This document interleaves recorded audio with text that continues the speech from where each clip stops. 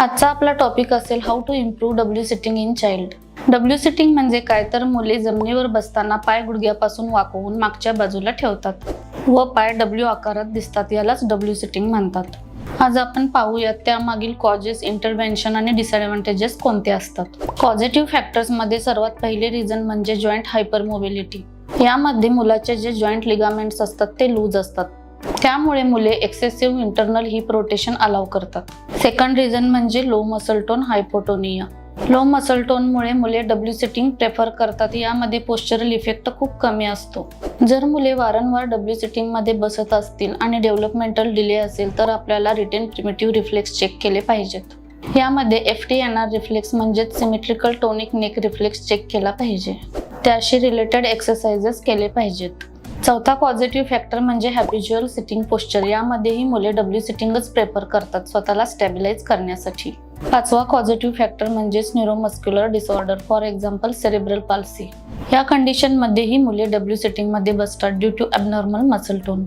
जर तुमचे मूल वारंवार डब्ल्यू सिटिंग मध्ये बसत असेल तर त्याचा इम्पॅक्ट काय होऊ शकतो, तर पहिलं म्हणजे हिप डिस्प्लेजिया किंवा डिसलोकेशन असू शकतं.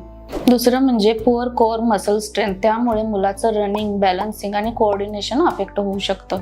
तिसरं म्हणजे डिलेड ग्रॉस मोटर डेव्हलपमेंट. यामध्ये कोअर मसल स्टॅबिलिटी अफेक्ट होते. त्याचा परिणाम वॉकिंग, रनिंग व स्टँडिंगवर होतो. नी अँड अँकल मिसअलाइनमेंट. यामुळे मुलांमध्ये नी पेन दिसून येते. पुअर बॅलन्सिंग आणि बायलॅटरल कोऑर्डिनेशन कमी होते. डब्ल्यू सिटिंग प्रिव्हेंट करण्यासाठी किंवा कमी करण्यासाठी कोणत्या एक्सरसाइजेस केल्या पाहिजेत हे आता आपण पाहूयात. First exercise is kneeling. यामध्ये 5 ते 10 सेकंद निलिंग मेंटेन करायचे. Second exercise is bridging. यामध्ये 5 to 10 सेकंद होल्ड करायला सांगून 5-10 रिपिटेशन करायला सांगायचे. Third exercise is supine to sit. यामध्येही 5 to 10 टाइम्स रिपिटेशन करायचे. Fourth exercise is supine to sit on ball. Fifth exercise is hammock swing. या exercise मुळे core muscle stability increase होते. Exercise number 6. यामध्ये lifting the ball on chest level 5 to 10 times repetition केले जाते. Exercise number 7. Crab walk.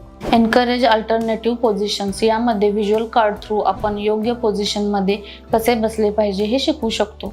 दुसरी position म्हणजे दोन्ही पाय बाहेर काढून लॉंग सिटिंग मध्ये कसे बसायचे यासाठी मुलांना आपण एनकरेज करू शकतो. तिसरी स्ट्रॅटेजी यूज करू शकतो ती म्हणजे साइड सिटिंग. डब्ल्यू सिटिंग कमी करण्यासाठी एन्व्हायरमेंटल मॉडिफिकेशन काय वापरू शकतो, तर स्मॉल टेबल आणि चेअरचा यूज करू शकतो.